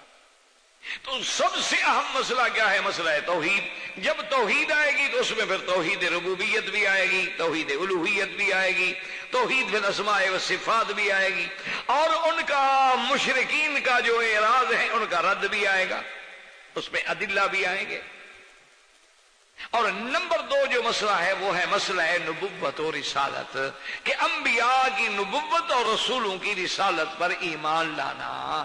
تو جب انبیاء کی نبوت اور رسولوں کی رسالت پہ ایمان کا مسئلہ آئے گا تو منکرین نبوت اور منکرین رسالت کا رد بھی آئے گا، انبیاء کی نبوت اور انبیاء کی رسالت کا اس بات بھی آئے گا، اس میں دلائل بھی آئیں گے۔ تو دوسرا مسئلہ ہوا نبوت اور رسالت۔ اور تیسرا مسئلہ ہے معاد۔ معاد کا کیا معنی؟ یعنی آخرت پر ایمان، کہ بھئی، اور پھر جب معاد کو مسئلہ آئے گا تو پھر اس میں صرف ایک بات نہیں آئے گی، پھر اس میں ہمارا مرنے کے بعد اٹھنا آئے گا، جنت آئے گی، جہنم آئے گی، صراط آئے گی، حساب آئے گا، میزان آئے گا، پھر اس کی ساری تفصیلات آئیں گی، پھر اس کے لیے دلائل آئیں گی، اور منکرین پہ رد آئے گا۔ تو قرآن کے سب سے بڑے اہم مسائل جو ہے وہ 3، باقی تو احکام ہیں، باقی تو قصص ہیں۔ اللہ نے انبیاء کے قصص بیان کیے، اللہ نے اقوام سالفہ کے قصص بیان کیے، اللہ تبارک و تعالی نے اس میں احکام عطا فرمائے، اللہ نے اس میں حدود کا بیان فرمایا، اللہ تبارک و تعالی نے اس میں جو ہمارے عبادات بدنیہ تھی، عبادات مالیہ تھی، عبادات مشترکہ بین المال والبدن تھی، ان کا ذکر فرمایا ہے۔ لیکن بنیاد جو ہے، اس لیے کوئی بھی آپ سورت دیکھ لیں، جب بھی پڑھیں گے نا، اول میں، اوسط میں، آخر میں لازماً کسی نہ کسی ان 3 مسئلوں میں سے کوئی مسئلہ آ جائے۔ تو اس لیے یعنی اندازہ فرما لیں کہ سب سے اہم مسئلہ جو ہے وہ اللہ کی توحید۔ اور اس کے ساتھ دوسری بات کو بھی ذہن میں رکھ لیں کہ سب سے پہلے توحید کے خلاف جو شرک کی بنیاد پڑی ہے یہ بھی بہت پرانی ہے، حضرت نوح علیہ السلام کے زمانے سے۔ اور پھر یہ بھی دیکھ لیں کہ شرک کی کئی قسمیں، لیکن جو سب سے پرانا شرک ہے وہ ہے بتوں کی پوجا، اور یہ حضرت نوح علیہ السلام کے زمانے سے شروع۔ پھر جوں جوں دور آتا گیا اس کی شکلیں بدلتی گئیں، ترقیاں ہوتی گئیں، حتیٰ کہ وہ دور بھی آ گیا کہ اللہ کے کعبے میں بھی بت، اللہ کے گھروں کو بھی نعوذ باللہ بت خانے میں بدل دیا گیا، کہاں خدا کا کعبہ اور کہاں بت۔ تو اس لیے یہ شرک کی بیماری جو ہے یہ بھی بہت پرانی ہے، چونکہ جب سے توحید چلی ہے لازمی بات ہے کہ پھر باطل تو ہے نا۔ جب سے اللہ نے آدم علیہ السلام کو پیدا کیا، اللہ نے آدم کو اتارنا چاہا تو آخر شیطان تو پھر ہے نا، کیونکہ یہ تو نظام فطرت ہے، یہ تو سنت اللہ ہے کہ جب تک تضاد نہ ہو، تقابل نہ ہو، چیز واضح نہیں ہوتی۔ یعنی اگر رات نہ آئے تو دن کو کون پوچھتا ہے؟ اگر دن نہ آئے تو پھر رات کی کیا قیمت ہے؟ تو لازمی بات ہے کہ نور بھی ہے، ظلمت بھی ہے، حق بھی ہے، باطل بھی ہے، صدق بھی ہے، کذب بھی ہے۔ جب توحید ہے آگے شرک ہے، تو اسی لیے تو پھر پرکھنا ہوگا کہ کس نے توحید کو اپنایا اور کون مشرک بن گیا۔ تو اس لیے سب سے پرانی بات جو ہے وہی ہے۔ اب اس کے بعد دیکھیں کہ شرک کے پھر اقسام بنتے گئے، اور سب سے زیادہ فتنے جو ہیں پھر حضور صلی اللہ علیہ وسلم کے زمانے میں اور آپ کے زمانے کے بعد پھیلانے والے کون ہیں؟ وہ یہود۔ ذرا یہ سارا منظر انشاءاللہ آپ کے سامنے آ جائے تاکہ پھر آگے جب اللہ کو منظور ہے، اللہ توفیق دیں گے، بات شروع ہوگی تو سمجھنے میں اللہ کی رحمت سے آسانی ہوگی۔ پھر یہود نے دراصل جتنے فرقے باطلہ ہیں نا، ان کی بنیاد جب بھی آپ خریدیں گے، ڈھونڈیں گے تو یہود پیچھے ملیں گے۔ انہوں نے شرک کے اپنے اقسام نکال لیے کہ حضرت عزیر کو خدا کا بیٹا بنا لیا، نصارہ نے عیسیٰ علیہ السلام کو خدا کا بیٹا بنا لیا، اور یہودیوں نے پھر اسلام کو نقصان دینے کے لیے جب یہ دیکھا کہ اسلام پوری دنیا پہ غالب آ رہا ہے، کہ اسلام تو پھیلتا چلا جا رہا ہے، بس جہاں سے صحابہ گزر جاتے ہیں لوگ مسلمان ہو جاتے ہیں۔ یعنی بعض اوقات تو لڑائی نہیں کرنی پڑتی۔ آج آپ دیکھیں کہ ہم کتنے مسلمان ہیں، لیکن حضرت عمر کو تو بغیر لڑائی کے بیت المقدس کی پادریوں نے چابیاں سپرد کر دی۔ تو جب ان لوگوں نے، یہودیت نے یہ دیکھا کہ اسلام 22 لاکھ مربع میل پہ چلا گیا ہے، تو انہوں نے کیا کیا کہ انہوں نے اسلام کو کمزور کرنے کے لیے، اسلام کی طاقت کو ہلاک کرنے کے لیے، مٹانے کے لیے اسلام کا لبادہ اوڑھ لیا، مسلمان بن گئے، اور اندر پھر انہوں نے فرقے پیدا کیے۔ کسی جگہ انہوں نے روافض کو پیدا کیا، اور پھر روافض کا کیا عقیدہ بنا؟ ان کا عقیدہ یہ ہو گیا کہ انہوں نے کہا کہ جی ہمارے ائمہ جو ہے وہ تو خود عالم الغیب ہے، ہمارے ائمہ جو ہیں وہ تو حلال حرام کرنے کا اختیار رکھتے ہیں۔ انہوں نے کہا ہمارے ائمہ جو ہے وہ تو ساری دنیا کا نظام ان کے ہاتھ میں۔ کہیں خوارج کو پیدا کیا، کہیں نواسب کو پیدا کیا۔ اسی طرح پھر یہ فرقے بنتے گئے، بڑھتے گئے، اور ہماری بدقسمتی کے لیے ہمارے انڈو پاک میں، یعنی ہمارے ایشیا کا جو علاقے ہیں، ان پہ جب اللہ رحمت فرمائے انگریز نے آ کر تسلط جمایا، اور جنگ 1857 میں جب جنگ آزادی لڑی گئی، تو وہاں بھی انگریز چونکہ ابلیس، سیاست کا وہ ابلیس ہے، تو اس لیے اس نے یہ سوچ لیا تھا کہ یہ علاقے جو ہیں یہ تو انتہائی مذہبی علاقے ہیں، جب تک یہاں مذہبی انتشار نہیں ہوگا ہم یہاں حکومت نہیں کر سکیں گے۔ تو اس نے پھر اپنے کام کے لیے اس نے مولویوں کو بھی خریدا، مفتیوں کو بھی خریدا، بڑے بڑے اسکالرز کو بھی خریدا، بڑے بڑے پیروں کو بھی خریدا، اور سب کے ذمے اپنی اپنی ڈیوٹیاں لگائیں، ان کو جاگیریں دی، کسی کو شمس العلماء کا خطاب دیا، کسی کو سر کا خطاب دیا، کسی کو مخدوم الملک کا خطاب دیا، اور 7 جاگیریں اور انعام اور پروانے اور راہداریاں اور بڑے بڑے، اور اپنی دربار میں کرسیاں پیش کی۔ اور ہماری بدقسمتی سے پھر انہوں نے اللہ کی توحید کو یہاں مٹانے کے لیے ایک زور رکھا، کیونکہ کفر کا مقابلہ کرنے والے موحد تھے۔ اتفاق کی بات یہی تھی کہ انگریز کا مقابلہ کرنے والے جو علماء تھے وہ موحد تھے، اس لیے پھر وہابی پھر وہابی نجدی، یہ ان کا بھی قصور کیا تھا کہ یہ موحد تھے اور قرآن کو سینے سے لگائے ہوئے تھے۔ تو ان لوگوں نے پھر ان کے خلاف تکفیر کی توپ خانے کھول دیے اور الزامات کے ڈھیر لگا دیے، اور اللہ معاف کرے محبت میں اور غلو کی عقیدت میں ڈال کر ان کو مشرک بنانا شروع کیا۔ یعنی آپ اندازہ کریں گے کہ 1857 کی جنگ میں 13,000 علماء کو پھانسی پہ لٹکایا گیا ہے، 13,000 علماء، اور بعض علماء کا چمڑا جو ہے وہ اتارا جاتا تھا جیسے جانور کا چمڑا اتارا جاتا ہے، جیسے آپ بکرا ذبح کرتے ہیں تو چمڑا اتارتے ہیں، اس سے چمڑا اتارا جاتا، اور چوک میں پھانسیوں پہ لٹکائے جاتے تھے۔ اور اس وقت جو مشرک تھے وہ انگریز کی حکومت کو ثابت کرنے کے لیے کہہ رہے تھے یہ دارالاسلام ہے، تو بالکل امن ہے، بالکل امن ہے۔ انہوں نے کتابیں لکھی باقاعدہ، اعلام الاعلام بان الہندوستان دارالاسلام، دار السلام۔ ان لوگوں نے کتابیں لکھی، ان کی تائید کی اور اہل توحید کو مروا دیا۔ ان کا جرم کیا تھا کہ اللہ کی توحید، ان کا جرم کیا تھا اتباع قرآن و سنت۔ تو اس لیے ہمارے ہاں پھر یہ جو چیز تھی شرک اور بدعات، یہ زیادہ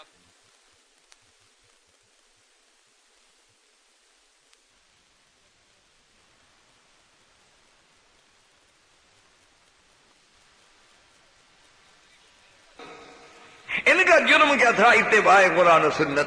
تو اس لیے ہمارے ہاں پھر یہ جو چیز تھی شرک اور بدعات، یہ زیادہ پھیلے۔ اور دوسری وجہ کیا تھی؟ ہندو کا قرب، کہ مسلمان اور ہندو ایک دوسرے کے ساتھ کٹھے رہتے۔ یہ تو اب دنیا نے فسادات کے ذریعے مسلمانوں کو نقصان پہنچانے کے لیے پھر فرقواریت کو ہوا دی ہے، ورنہ تو مسلمان ہندو کٹھے رہتے تھے، کٹھے اٹھنا، کٹھے بیٹھنا، شادیوں میں آنا، ایک دوسرے کے ساتھ مل کے رہنا، نہ کوئی جنگ، نہ کوئی جھگڑا، نہ کوئی بات۔ تو وہ جو ہندوانہ تہذیبیں تھیں، وہ ان کا دیوی دیوتاؤں کو پوجنا، ان کے آگے ہاتھ باندھ کے بنتی کرنا، ان کے سامنے کھڑے ہو کے بھجن گانا، ان کے گلے میں جا کے پھولوں کے ہار ڈالنا، ان کے جا کے جناب پرشاد تقسیم کرنا، یہ ساری لعنتیں جو تھی پھر ہم مسلمانوں میں بھی آتی۔ یہ آج تک آپ نے دیکھا ہے نا جی کہ عورت کو جو ہے شادیوں میں سرخ کپڑے پہنانا، اور بیچارے دولہے کو جو ہے وہ لمبے لمبے ہار باندھنا، اور اس کے ہاتھوں میں اور گلے میں سرخ رنگ کا دھاگا باندھنا، اس کو لوہے کا بیت پکڑانا، اور دلہن جہاں بیٹھے اس کے نیچے لوہے کی چھری رکھنا، اور اس کا بستر جہاں بچھایا جائے اس میں گھوڑی کی لگام نیچے رکھ دینا۔ یہ ساری ہندوؤں کی رسمیں تھیں، وہ بدعات، وہ محدثات، وہ شرک جو تھا نعوذ باللہ وہ مسلمانوں میں بھی داخل ہے۔ تو الا قلیل من عبادی الشکور۔ تو اس لیے یاد رکھیں کہ سب سے اہم ترین مسئلہ جو ہے وہ اللہ کی توحید ہے، اور اللہ نے قرآن میں فرمایا ہے کہ وما خلقت الجن والانس الا لیعبدون، کہ میں نے جن و انس کو کیوں پیدا کیا ہے؟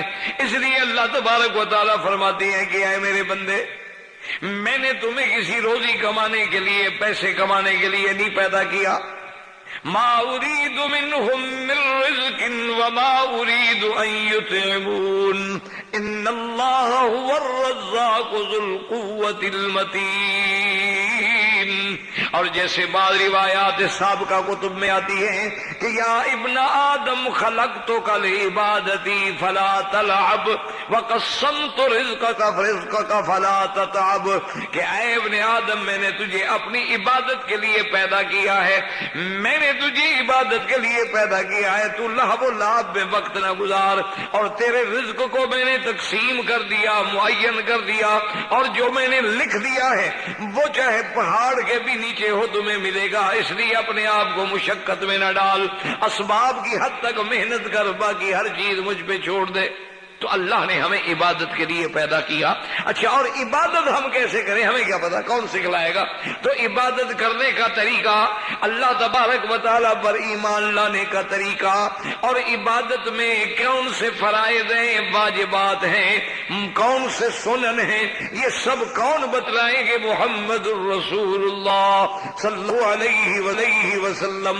اور دوسری آیت میں فرمایا وَقَضَىٰ رَبُّكَ أَلَّا تَعْبُدُوا إِلَّا إِيَّاهُ وَبِالْوَالِدَيْنِ إِحْسَانًا۔ اللہ تبارک و تعالیٰ کا فیصلہ ہے، اللہ کا امر ہے، اللہ کی طرف سے حکم ہے کہ اللہ نے تمہیں پیدا کیا ہے کس لیے؟ اللہ تعبدو، کسی کی عبادت نہ کرو مگر اللہ تبارک و تعالیٰ کی، وہی معبود برحق ہے۔ وَبِالْوَالِدَيْنِ إِحْسَانًا، اپنے والدین سے بھلائی کا معاملہ کرو۔ اللہ نے ہر جگہ ہمیں یہ حکم دیا، اور یہ حکم لانے والے کون ہیں؟ محمد الرسول اللہ صلی اللہ علیہ وسلم۔ تو اہم چیز کیا ہے؟ توحید ہے، اور یاد رکھنے کے توحید کی 3 قسمیں ہیں، توحید الوہیت ہے، توحید ربوبیت ہے، توحید بالاسماء والصفات ہے۔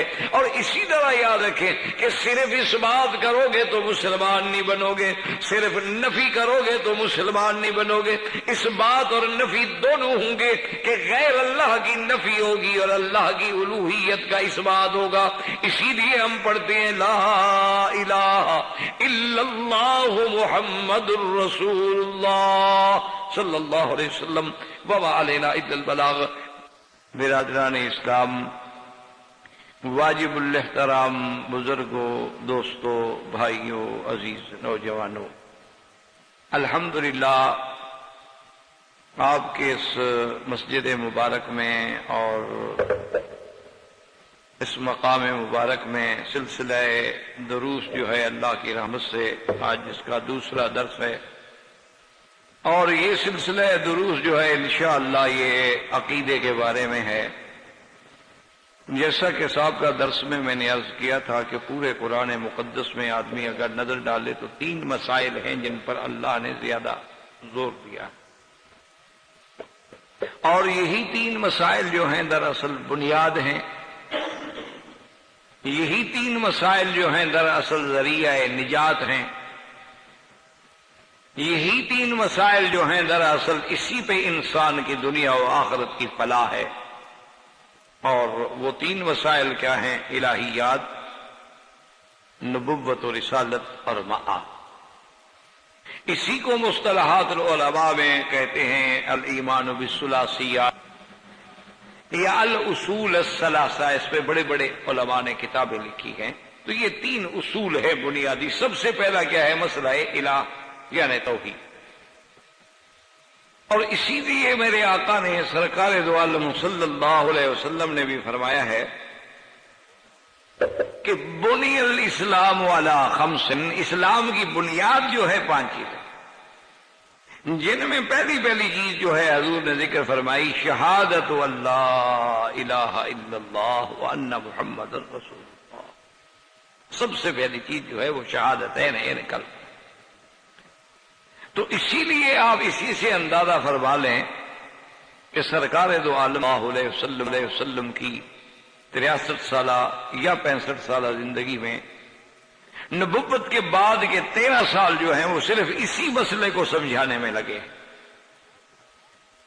اور تمام انبیاء اور رسل کو اسی مسئلے کے لیے بھیجا گیا۔ اس لیے آپ سارے قرآن پاک میں جن پیغمبروں کا ذکر آیا ہے اور جن پیغمبروں کے بارے میں اللہ تبارک و تعالیٰ نے ان کے واقعات بیان فرمائے ہیں، سب کی ایک ہی دعوت آپ کو ملے گی کہ وَإِلَىٰ عَادٍ أَخَاهُمْ هُودًا قَالَ يَا قَوْمِ اعْبُدُوا اللَّهَ مَا لَكُم مِّنْ إِلَٰهٍ غَيْرُهُ۔ وَإِلَىٰ ثَمُودَ أَخَاهُمْ صَالِحًا قَالَ يَا قَوْمِ اعْبُدُوا اللَّهَ مَا لَكُم مِّنْ إِلَٰهٍ غَيْرُهُ وَإِلَىٰ مَدْيَنَ أَخَاهُمْ شُعَيْبًا قَالَ يَا قَوْمِ اعْبُدُوا اللَّهَ مَا لَكُم مِّنْ إِلَٰهٍ غَيْرُهُ۔ یعنی سب پیغمبروں کی دعوت جو ہے وہ دعوت توحید، اور اسی کی بنیاد کیا ہے؟ شہادتین، کلمہ شریف۔ اب ذرا اندازہ فرمائیں کہ اس کلمہ مبارک کی کتنی بڑی شان ہے کہ حضور صلی اللہ علیہ وسلم کے ایک فرمان میں یہ ہے کہ افضل الذکر لا الہ الا اللہ محمد الرسول اللہ، کہ تمام اذکار میں افضل ذکر جو ہے وہ کلمہ شہادت۔ اور اسی طرح حضور صلی اللہ علیہ وسلم کی ایک حدیث مبارک ہے کہ آپ نے فرمایا کہ من قال لا الہ الا اللہ دخل الجنہ، کہ جس شخص نے یہ کلمہ پڑھا وہ جنت میں داخل ہو۔ اسی طرح ایک اور حدیث مبارک میں آتا ہے کہ من کان آخر کلامہ لا الہ الا اللہ دخل الجنہ، کہ جس انسان کی آخری کلام یعنی مرتے وقت جس کے زبان پہ کلمہ آ گیا لا الہ الا اللہ تو گویا وہ جنت میں داخل ہو۔ اسی لیے پہلے دور میں مائیں جو ہیں اپنے بچوں کو جو تعلیم دیتی تھیں تو سب سے پہلے وہ اسی کلمے پر توجہ فرماتی تھی، اور اسی کلمے کے بارے میں بڑے بڑے اولیاء اللہ نے، بڑے بڑے عباد صالحین نے، بڑے بڑے اللہ کے مقبول بندوں نے یہ لکھا ہے کہ ہمیں جو بھی مقام ملا ہے اور نعمتیں ملی ہیں اور کامیابیاں ملی ہیں وہ سب اسی کلمے سے ملی۔ کہتے ہیں کہ ہماری کامیابیوں کا راز، ہمارے ان مقامات عالیہ تک پہنچنے کا سلسلہ جو ہے وہ یہی کلمہ شہادت ہے، لا الہ الا اللہ محمد رسول اللہ۔ تو اسی لیے بعض بزرگوں نے ہم سے نقل کیا کہ حضرت قاضی احسان صاحب ایک بڑے عالم اور بڑے خطیب گزرے ہیں، وہ فرماتے ہیں میں چھوٹا جب بچہ تھا تو ماں مجھے جب بھی میں عادت کری بیٹا کلمہ پڑھو لا الہ الا اللہ، میں پڑھ لیتا، چھوٹے سے بچے تھے۔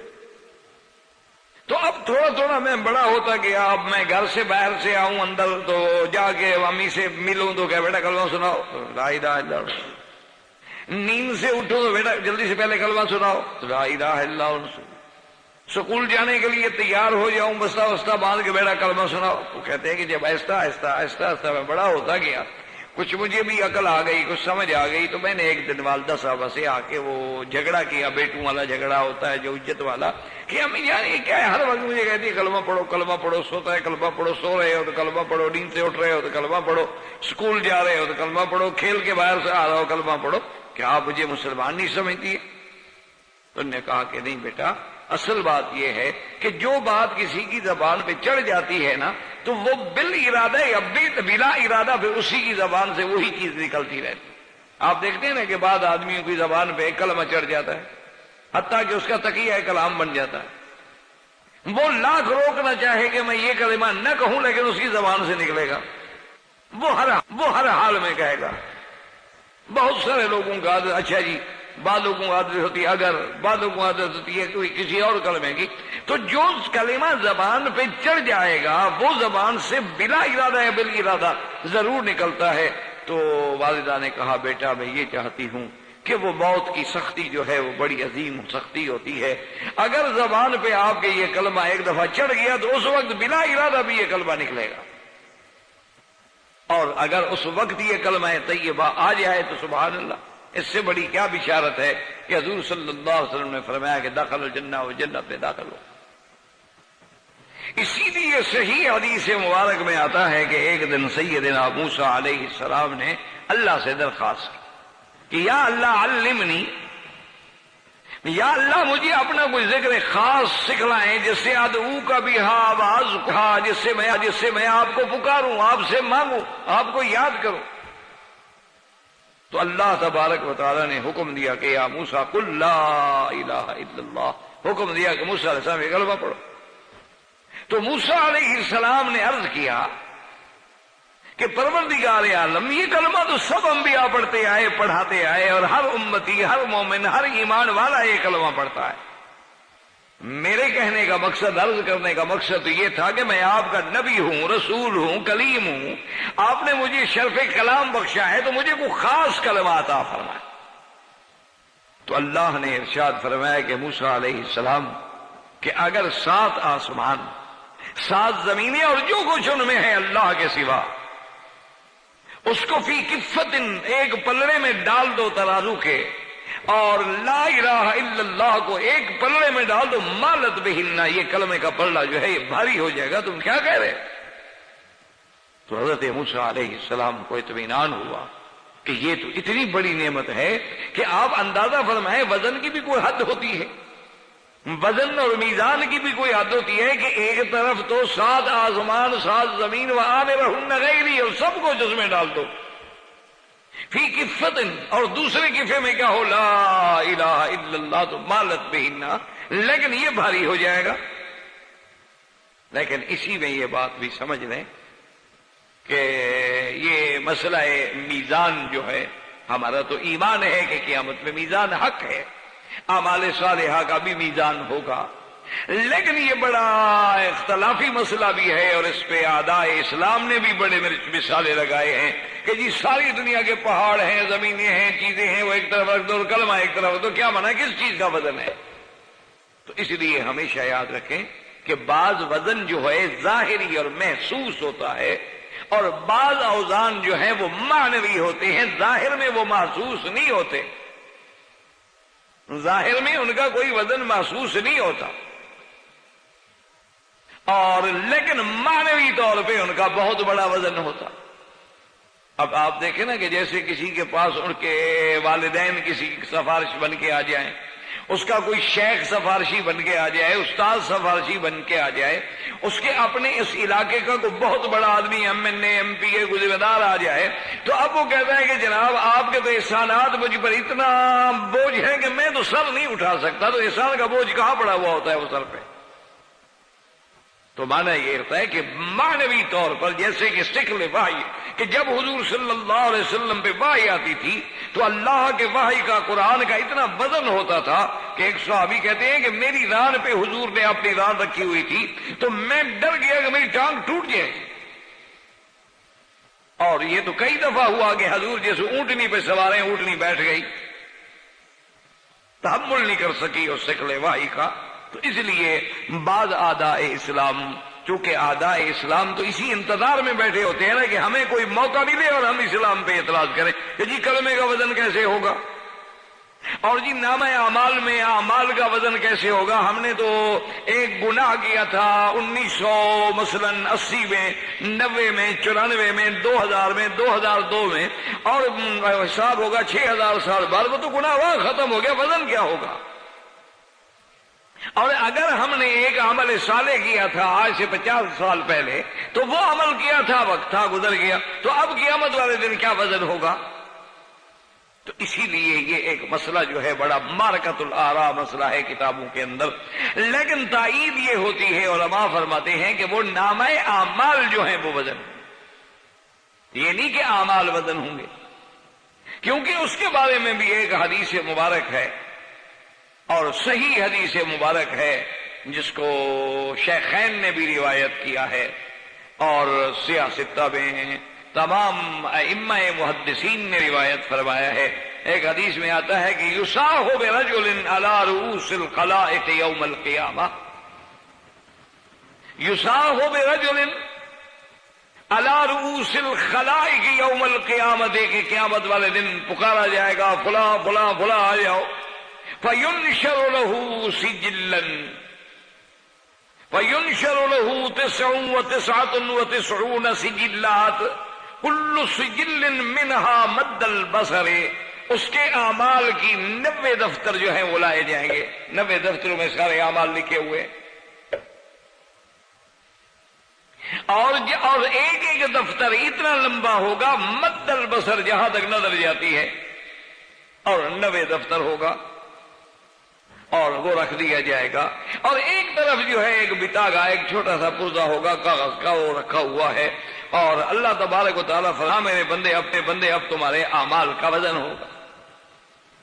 تو وہ بندہ عرض کرے گا کہ یا اللہ کیا وزن ہونا ہے؟ وزن تو سب نے ہے، میرے گناہوں کے یہ سجلات ہیں، 90 دفتر بھرے ہوئے ہیں، اور مد البصر تک جو ہے بھرے ہوئے ہیں، اور میرے نیکیوں کے پلڑے میں تو ایک کاغذ رکھا ہوا ہے، اتنا چھوٹا سا ایک پتاگا رکھا ہوا ہے، تو اس کا وزن کیا کرنا ہے مولا؟ آپ تو جانتے ہیں، ویسے بھی نظر آ رہا ہے سب کچھ۔ اللہ فرمایا کہ انک لا تظلم، میرے بندے تجھ پہ کبھی ظلم نہیں ہوگا، کیونکہ میں تو ظلم سے پاک ہوں، منزہ ہوں۔ ان اللہ لا یظلم مثقال ذرۃ، اللہ تو ذرے کے برابر بھی کسی بندے پہ ظلم نہیں فرماتے ہیں، وہ ظلم سے پاک ہیں۔ اللہ فرمائے کہ میرے بندے انصاف ہوگا اور تجھ پر ظلم نہیں ہوگا کہ مولا کریم ظلم تو آپ نہیں فرمائیں گے، آپ ظلم سے منزہ ہیں، پاک ہیں، آپ یا عدل فرمائیں گے، لیکن معاملہ تو ظاہر ہے۔ اللہ حکم دیں گے ملائکہ کو کہ وزن، تو حدیث میں آتا ہے فمال، کہ وہ جو کاغذ کا بتاگا کا پرزہ تھا چھوٹا سا، اس کے سامنے ایک طرف 90 سجل لاتے اور ایک طرف وہ چھوٹے سے کاغذ کا پرزہ، وہ بھاری ہو گیا،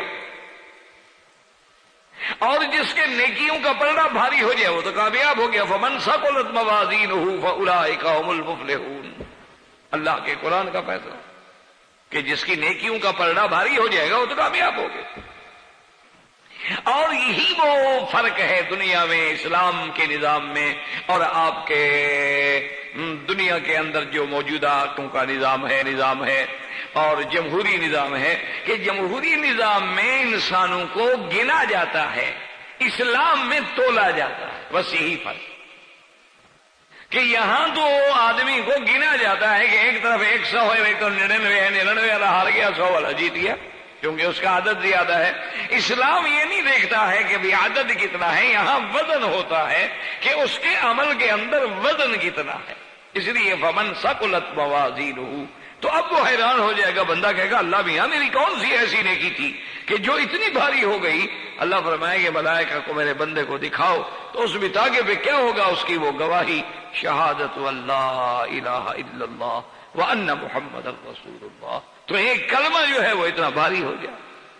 اسی لیے امام بخاری رحمت اللہ علیہ نے اپنی کتاب جو ہے ان کی الصحیح الجامع، جس کو مشہور بخاری شریف، اس کو ختم جو کیا ہے تو اسی حدیث پہ ختم کیا ہے کہ کلمتان ثقیلتان فی المیزان خفیفتان علی اللسان حبیبتان الی الرحمن، او کما قال رسول اللہ صلی اللہ علیہ وسلم، کہ دو کلمات ہیں وہ پڑھنے میں بڑے آسان ہیں، زبان میں بڑے ہلکے ہیں، میزان میں بڑے بھاری ہیں۔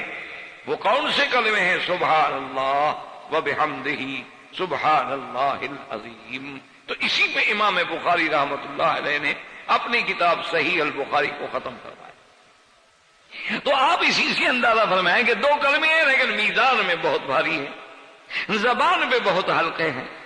تو اس لیے کہ کلمہ کی مبارک کی جو مقام ہے اور جو عظمت ہے کہ اللہ نے فرمایا موسیٰ علیہ السلام سے کہ قل لا الہ الا اللہ، کہ تم یہی کلمہ پڑھو اور یہی افضل الذکر ہے، اور یہی وہ کلمہ ہے جس کے لیے اللہ نے تمام انبیاء علیہ السلام کو بھیجا ہے، اور تمام انبیاء علیہ السلام اسی کی دعوت دینے کے لیے آئے ہیں۔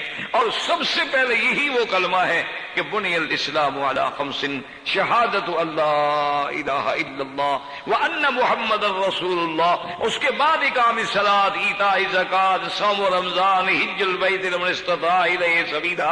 اسی لیے ایک حدیث مبارک میں آتا ہے کہ سیدنا معاذ رضی اللہ تعالی عنہ کو جب حضور نے بھیجا یمن کی طرف، تو سب سے پہلے آپ نے فرمایا کہ معاذ فادعوہم، سب سے پہلے دعوت دینی ہے کس کی طرف؟ لا الہ الا اللہ، سب سے پہلے ان کو اللہ کی توحید کی دعوت۔ تو اس لیے میں نے عرض کیا تھا کہ عقیدہ توحید جو ہے یہ اتنا اہم ہے کہ 1,24,000 یہ جو عدد اللہ کے علم میں ہے، تمام انبیاء اسی لیے آئے، تمام کتابیں اسی لیے اتاری گئیں، اور تمام انبیاء کی دعوت کا محور و مرکز جو ہے وہ یہی دعویٰ ہے۔ تو لیکن اب بات اصل میں سمجھیں کہ لوگوں نے یہ سمجھ لیا ہے، اور یہی وہ بنیادی غلطی ہے جس کی وجہ سے آج ہم بڑی بڑی گمراہیوں میں مبتلا ہو گئے۔ یہ اصل میں بنیادی غلطی ہے جس کی طرف ہم توجہ نہیں کرتے، اور سارے مصائب و آلام اور سارے جتنے فتن اور جتنے گمراہیاں پیدا ہو رہی ہیں اس کی وہ اسی غلطی کی وجہ سے ہو رہی ہیں کہ ہم نے یہ سمجھ لیا ہے کہ بس زبان سے کہہ دیا لا الہ الا اللہ بس کافی، ہم نے یہی اور یہی وہ بنیادی دھوکہ ہے جس میں پڑھ کے ساری تباہی اور بربادی ہو رہی۔ ہم نے کہا کہ دیکھو جی حدیث مبارک میں تو یہی لفظ ہے نا کہ من قال لا الہ الا اللہ، جس نے یہ کلمہ کہا دخل الجنہ، جنت چلا گیا۔ تو بس کلمے کہنے تھے ہم جنت میں چلے جائیں گے۔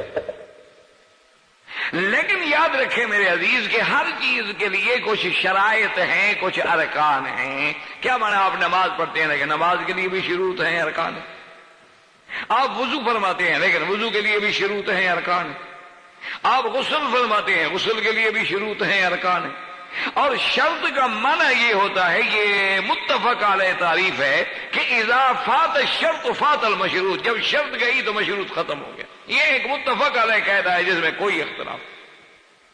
جیسے اس کی ایک مثال سمجھ لیں بے اعتبار علوم قواعد کے کہ آدمی کہتے ہیں ان جئتنی اکرمتک، اگر تم آؤ گے تو میں تمہاری عزت کروں گا۔ تو شرط تمہارا آنا ہے نا، تم آؤ ہی نہ۔ فات شرط فات المشروط، مشروط تو خود بخود میں عزت کس کی کروں؟ اسی طرح میں کہتا ہوں کہ ان اکرمتنی اکرمتک، اگر تم نے بھائی میری عزت کی نا تو میں بھی تمہاری عزت کروں گا۔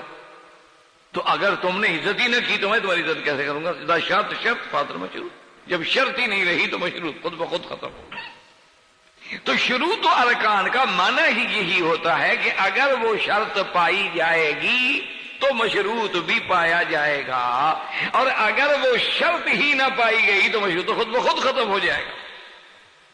تو سب سے پہلے یاد رکھیں کہ جو کلمہ آپ بھی پڑھتے ہیں، میں بھی پڑھتا ہوں، الحمدللہ ہر مسلمان پڑھتا ہے، اور اللہ ہمیں نصیب فرمائے اور اسی پہ قائم دائم اور اسی پہ موت آئے۔ لیکن کبھی آپ نے سوچا ہے کہ اس کلمے کے پڑھنے میں شرائط کتنی ہیں؟ کبھی آپ نے غور کیا ہے؟ کلمہ تو آپ بھی پڑھتے ہیں، میں بھی پڑھتا ہوں، ہمارے گھروں میں بچے بھی پڑھتے ہیں، بیوی بھی پڑھتی ہے، خاوند بھی پڑھتا ہے ماشاءاللہ، اور سارے ہم حج بھی کرتے ہیں، حرم میں آتے ہیں، نماز میں آتے ہیں۔ لیکن یعنی یقین کریں کہ کیا لا الہ الا اللہ محمد الرسول اللہ اس کلمے کے جو شروط و ارکان ہیں، کیا کبھی آپ نے یاد بھی کیا، کبھی سوچا بھی ہے، کبھی پڑھا بھی ہے، کبھی پتہ بھی ہے کہ نہیں؟ اور اگر ان شروط کا پتہ نہیں تو کلمہ پڑھنا کیا ہوگا؟ یہ تو بڑی آسان بات ہو گئی نا کہ صرف یعنی ایک آدمی جو مرضی آئے کرتا پھرے، نہ نماز پڑھے، نہ روزہ رکھے، نہ حج، نہ زکات، بس من قال لا الہ الا اللہ دخل جنت، جس نے لا الہ الا کہہ دیا وہ جنت میں چلا جائے گا۔ یہی وجہ ہے کہ آج ہمارا معاشرہ جو ہے وہ بالکل عملی زندگی سے ہٹ گیا ہے۔ وہ کہتے ہیں جی ہم مسلمان ہیں، کلمہ پڑھتے ہیں بس، اور جس نے کلمہ پڑھنا ہے وہ جنت جائے گا۔ چھوڑو یار، یہ مولویوں کی نماز ہے، روزہ ہے، حج ہے، زکات ہے، کبھی کہتے ہیں داڑھی رکھو، کبھی کہتے ہیں زکات دو، کبھی کہتے ہیں عشر ادا کرو، اور کبھی کہتے ہیں ماں باپ کی فرما برداری کرو، بیوی کے حقوق ادا کرو، فلاں کرو۔ یہ تو ہمارے لیے یہ کوئی شریعت ہے؟ ہمارے لیے قید خانہ بنا دیا ہے انہوں نے۔ یہ وہ فلسفہ ہے۔ اب آپ ٹھنڈے دل سے سوچیں کہ جو کلمہ ہم روز پڑھتے ہیں اس کے شرائط کیا ہیں، ارکان کیا ہیں، تو اسی کو سمجھنے کی کوشش کریں، خدا کرے کہ آ جائے بات۔ اسی لیے علامہ اقبال نے کہا تھا نا کہ خرد نے کہہ بھی دیا لا الہ تو کیا حاصل، اسی کو وہ رویا تھا نا بیچارہ کہ خرد نے کہہ بھی دیا لا الہ تو کیا حاصل، دل و نگاہ مسلمان ہی تو کچھ بھی نہیں۔ صرف زبان سے کلمے پڑھنے کا کیا فائدہ ہے؟ آپ نماز پڑھتے ہیں ماشاءاللہ، کیا فائدہ ہے؟ اسی لیے کسی نے کہا تھا کہ وہی ایک سجدہ ہے کارگر، وہی ایک سجدہ ہے کارگر جو عقل و فکر سے ماورا، وہ ہزار سجدے فضول ہیں جو رہین لغزش پا نہیں۔ ہمارے سجدوں کا جو حال ہے وہ تو ہے جیسے کہ کسی بزرگ نے کہا کہ چو زمین پر سجدہ کردم زی زمین ندا برآمد، کہ مرا خراب کر دی تو بسجدہ ریائی، کہ جب میں زمین پہ سجدہ کرتا ہوں تو زمین سے آواز آتی ہے کہ ظالم مجھے تو گندا نہ کرو۔ اپنے پلید سجدے کر کر کے، ریا والے سجدے کر کر کے، لوگوں کو دکھانے کے لیے سجدے کر کر کے، مجھے تو گندا نہ کرو، خراب نہ کرو، مجھے کیوں پلید کر رہے ہو؟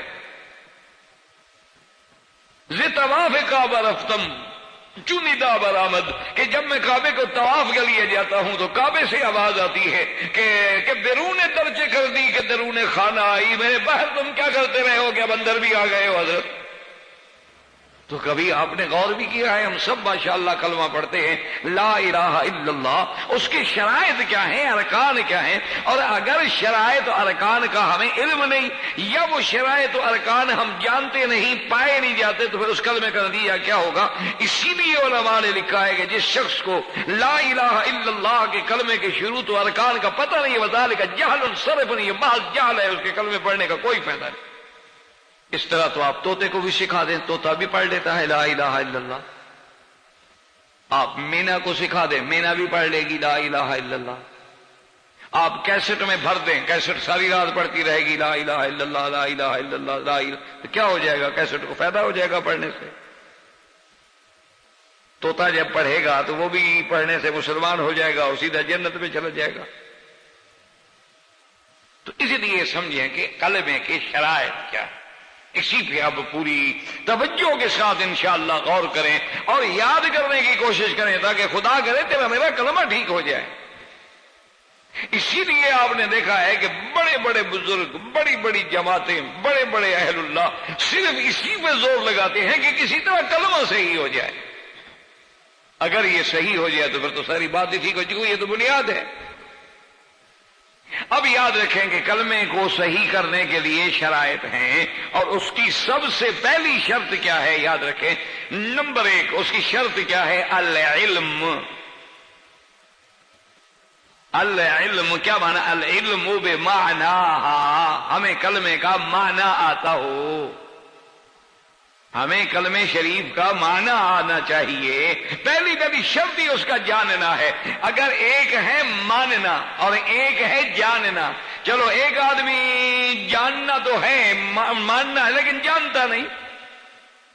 ایک آدمی مانتا ہے کہ نماز ہے لیکن جانتا نہیں کہ نماز کیسے پڑھی جائے گی، تو نماز ہو جائے گی؟ ایک آدمی مانتا ہے کہ اگر آدمی کو جنابت ہو جائے تو غسل ضروری ہے، ایک میری بیٹی مانتی ہے کہ حیض کے بعد غسل ضروری ہے، لیکن وہ شرائط غسل سے نہ واقف ہے، تو کیسے پاک ہوگی؟ تو اس لیے پہلی شرط یاد رکھیں کہ کلمے کی پہلی شرط کیا ہے؟ کہ اس کو علم۔ اسی لیے، اور یہ شرط ہم نے نہیں لگائی ہے، مولوی نے نہیں لگائی، قرآن کہتا ہے فَاعْلَمْ أَنَّهُ لَا الہ الا اللہ۔ اللہ کا قرآن کہہ رہا کہ فعلم، پہلے جان، تو جان لے کے ہے کیا لا الہ الا اللہ؟ فعلم انہ لا الہ الا اللہ۔ اور اسی طرح قرآن کہتے ہیں تلک الامثال نضربها للناس۔ ہم قرآن میں یہ جو مثالیں دے دے کہ تجھے توحید پڑھا رہے ہیں، کیوں؟ وما یعقلها الا العالمون، لیکن ان کو نہیں سمجھتے مگر علم والے۔ علم ہوگا تو سمجھے گا نا کہ توحید کیا ہے۔ اسی طرح قرآن کہتا ہے شاہد اللہ انہ لا الہ الا هو والملائکۃ واولو العلم